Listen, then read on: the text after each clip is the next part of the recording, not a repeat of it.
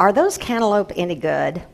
I was standing in front of the yogurt section, and I had 3 cantaloupe in my cart because they were $1.99 each. And I started to say yes, because I had just had the most delicious cantaloupe.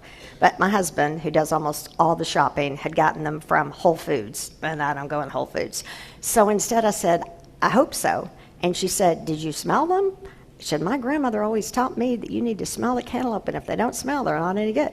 So she proceeded to pick up one of the cantaloupe and smelled it. And then she said, it doesn't smell. It's not any good. And then she picked up another cantaloupe and smelled it, and she frowned. Well, I ended up putting not all the cantaloupe back, but one, which was probably kind of a good choice. But I probably, 1.5 cantaloupe instead of 3, because they were pretty good, but not great. So I thought, well, next time I'm going to smell the cantaloupe. But that has stayed with me so many times because it brought up all these rich memories. She said, my grandmother, and I thought about my grandmother. My grandmother was born in like 1895. She was an ample woman. She was always in this long dress and an apron. She raised 11 kids on a farm in North Texas. I never remember seeing her sit down until she was really old, and then she would sit down. And I thought about, how she passed on so much, like how to cook and how to bake. And my mom and I, we have this way when we're stirring something, we do this thing with our mouth. And it's just, and I thought about this woman, and I thought about her grandmother, and I thought, maybe born in the late 1800s too, in an old dress and an apron, and bending over the cantaloupe, her rich chocolate skin, kind of teaching her daughter how to smell the cantaloupe, who then taught her daughter, who had learned from her, and on and on. And I just thought about it because it brought up so much, which is kind of what Nicholas Epley, who is a professor of business at University of Chicago, wrote about in a recent book called A Little More Social: How Small Choices Create Unexpected Happiness, Health, and Connection. And in the book, which it kind of came from the seed he had when he was on a train commuting into work, and there was a woman there. She had this bright red hat. And he thought, that is a great hat. And he started to say something. He thought she was going to think it's creepy, but he finally said, that is a great red hat. And then he made a joke, I have a hat just like that. Well, they talked the entire commuting, in, and it was so pleasurable. So he ended up kind of, with his research, going in this direction, and he came up with this experiment that they have now done many, many, many times, where they take a group of people, they put one group over here who are supposed to be on the train and just keep their mouth shut, do what people always do on the train, right, which is read, listen to their music, just stay in their thing. The other group was tasked with the assignment of chit-chatting with people, right, talking, striking up a conversation. And at the end, they, interviewed people, and the people who chatted, who found a conversation, who connected with someone, enjoyed the commute far more, found it to be a far more meaningful experience. But then, and they've done this over and over and over again, but then when they asked people to anticipate how they would think it would go, people were like, oh, I'd much rather stay to myself. I'd be much happier. And the other people were like, I definitely don't want to have to talk to anybody. And the same thing when they asked people, how would you feel if somebody started talking to you? Oh, I don't want that. How do you want, you want people to leave you alone and let you? No. And so everybody was wrong, that everybody actually enjoyed it and found it much more meaningful when they were able to kind of strike up a conversation.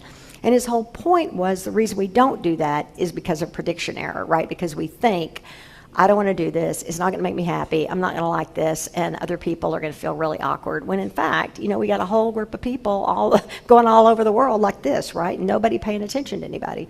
And some of that is just endemic in our culture, right? Little kids on tablets. You see it in the grocery store. I know our Peace families try really hard not to do that, but there's a lot of it.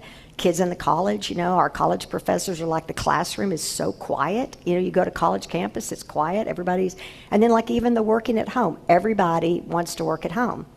And the studies on people working at home, not good for people's mental health. I mean, maybe some people, but it's kind of going down, that people work at home, they become more isolated. Not everybody, but in general, there's this kind of, and so, but then it's also like, there's also a part of us, not just in our culture, but that also teaches us to be afraid of the other person who's different, right? That like stranger danger. So as you've noticed, there's a lot of signs up about the World Cup, murals, we're glad you're here, we're glad you're here. And East, I didn't even know there was Westport East or Westport West, but evidently, there's all kinds of things. We're glad you're here, all this stuff. But there's also, like where I run, at the Conservation Center and the Kauffman Foundation every morning, there's signs, new signs that say no camping or loitering, right? We want to be sure that people don't stay here overnight, and we want to be sure people in the tents normally are cleared out. So there's this kind of like, whoa, do we want to connect, or do we not, or are we afraid? And so the story about Abraham and Sarah reminds us that this kind of, challenge of connecting with the one who is different is not a new challenge. So in the story, Abraham and Sarah, and I love this story, Abraham's at the entrance to his tent. And the rabbis were like, why would he have been at the entrance to his tent unless he was looking for someone to pass by?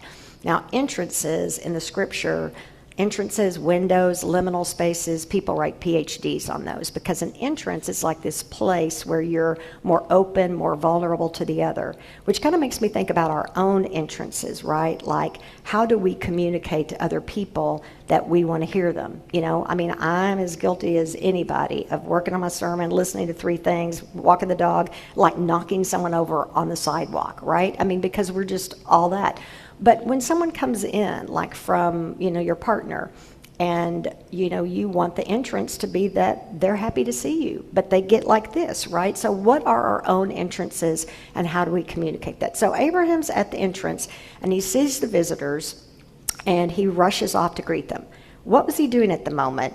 He was talking to God, right? So he was chit-chatting with God, puts God on hold to go talk to the visitors. And the rabbi said, this is an example that, like, even more important than being in God's presence is welcoming the stranger, right? Like, okay, God, I'm going to go visit with these strangers. And it's not just that you're eager to welcome the stranger, you're eager to do it. Like the rabbis would say, you want to do it. So Abraham ran, he hastened, he made ready quickly, he hastened. It's like this eagerness to kind of greet the visitor. And then they bring the visitor up, and then they're going to wash their feet, and they're going to give them some water. And I'm telling you what, friendliest people I have ever met, Turkey and the West Bank. Just incredibly friendly. Just this incredible outreach and care, and also kind of then what Sarah and Abraham do, which is overwhelming abundance of food, right? They take these 27 measures of flour, which is a lot of food. It'd be like, a giant bakery, and they're going to make this food. And then, of course, they stand there, which is, again, kind of something you see in the Middle East. You see it in Central America and Africa, too, where people serve you, and then they're kind of watching you. They're kind of standing to see, to understand, to learn. Like you go to other countries, and people can tell, you think, I hope they're Canadian. I hope they think I'm a Canadian. But they can always tell when you ask for ice that you're an American, right? Because they know things, whereas we couldn't tell someone from Germany, from you know what I mean? But no, because they're observant and watching and seeing. Especially when you have an accent like mine, it's kind of hard to fly under the radar too much. But so there's this kind of like the way you come to know other people is seeing and observing and being careful, which makes me think of David Gilkey. He is my hero, and I've preached about him. I know I preached about him 5 years ago. David Gilkey was a photographer for NPR, and he died 10 years ago on June 5th, 2016, which will forever be in my mind because my daughter graduated from college that day. But Gilkey, and I've brought his book of photographs before, was just a remarkable photographer. He won every award you could win, from AP Photographer of the Year to White House Photographer of the Year. And early in his career, he was a fashion photographer, and then he realized there's more meaning to be had. So he covered Ebola and hurricanes and disasters, and he covered war. He covered Kosovo, he covered Sudan, he covered South Africa, he covered Gaza, he covered Iraq and Afghanistan. And Afghanistan, which is where he died 10 years ago last week, NPR talked about him, you may have heard it. He was in Afghanistan 15 years, the last 10 years with NPR. And he died with his Afghani interpreter, who is 38 and the father of 3. He was a person who believed very deeply that the story needed to be told. And he knew Americans weren't paying attention to the story anymore, like, 0.5%, nobody listened. But he believed this has to be told, because he believed if Americans see what we're doing, they'll make better choices, right? So his entire life was about seeing. But he was also a person who knew you couldn't just dash in and out. He would say his feet were his zoom lens. He had to get up close to people. So he was deployed with U.S. Marines, and he lived with them, he ate with them, he listened to them, he understood their story, he asked, he tried to communicate clearly so he would know why they're able to be there for long deployments in miserable conditions. And he made really close friends with Afghani people, too. He played horse around and had watermelon salad. I mean, he had just really deep relationships. And in his pictures, which is why they're so powerful, using his feet, getting up close to the Marine who on a 100-degree day is wiping his brow, or a little picture of a little boy, he and his father, Afghani, their house had been leveled, nothing left, and the little boy has a jar, and he's going around through the rubble picking up nails to put in the jar, right? That kind of a picture, that kind of getting up close and also staying, right? Like people zip in and out, we're going to come in here and take a few pictures. I mean, 15 years, a long time to be in Afghanistan, a long, dangerous time.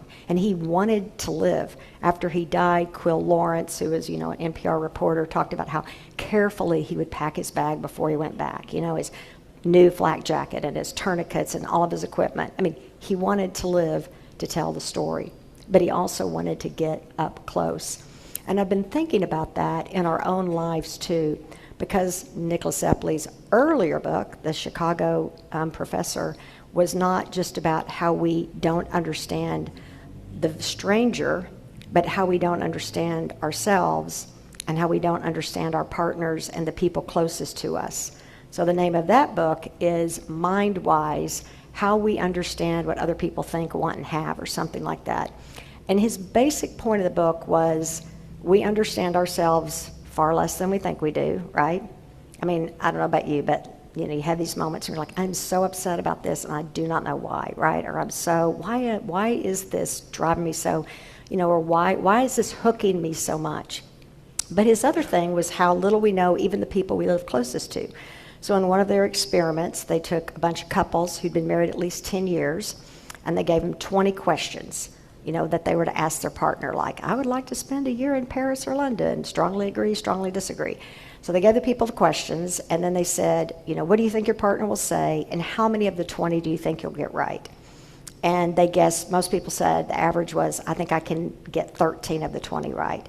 On average, people got 5 of the questions right? I had no idea really what you want to go to Paris, what any of this.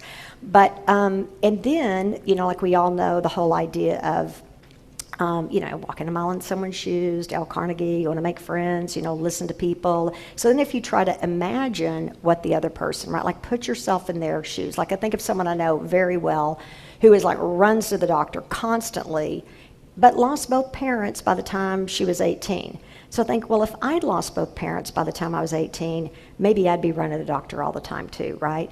But it actually happens that when you think, well, I'm going to put myself in Michaela's shoes, and I'm going to imagine what she would want, your responses are actually worse.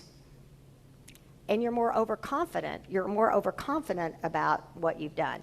And his whole point is that the goal here is not trying to take your perspective taking as it calls it, but perspective getting. So if you want to know what someone else thinks, you should just ask them, right? Like, I wonder how the death of both of your parents has impacted you. I wonder how that's been for you. I wonder what it's like to live on the streets, And he's kind of all about going deeper in questions. So the person we meet on the train, it's not just, what do you do for a living? But why do you do that for a living? Or the someone from another country. Oh, what country are you from, right? But also like, what's your favorite thing about your country? And if I was to visit your country, what would you want to show me? And what surprised you the most about the United States? It's kind of like trying to go a little deeper and trying to be a little more open to what the other person is trying to bring us. I've been thinking about the cantaloupe woman a lot. I've been thinking about that conversation and how I wish I would have said, what an amazing grandmother. How cool, did she live close to you? Did she have any other good tips about choosing produce? Did she know any secrets for peaches and plums? But I just kind of imagine the conversation, in a different way. And again, like how his subtitle is, how small choices create unexpected moments of happiness, health, and connection. Well, what we need is world peace right now, right? But it might be a step on that journey. I mean, I think it's probably harder to bomb people and take their rights away, right? Take their food away, hurt them, if you know them. So my hope and my prayer is, for the next 6 weeks or however long, this World Cup mania, that we'll think about Abraham and Sarah, and we'll think about David Gilkey, God rest his soul, what a great American, and we'll think about the cantaloupe woman, and we'll think about how we can use our own feet to be a zoom lens to others. Amen.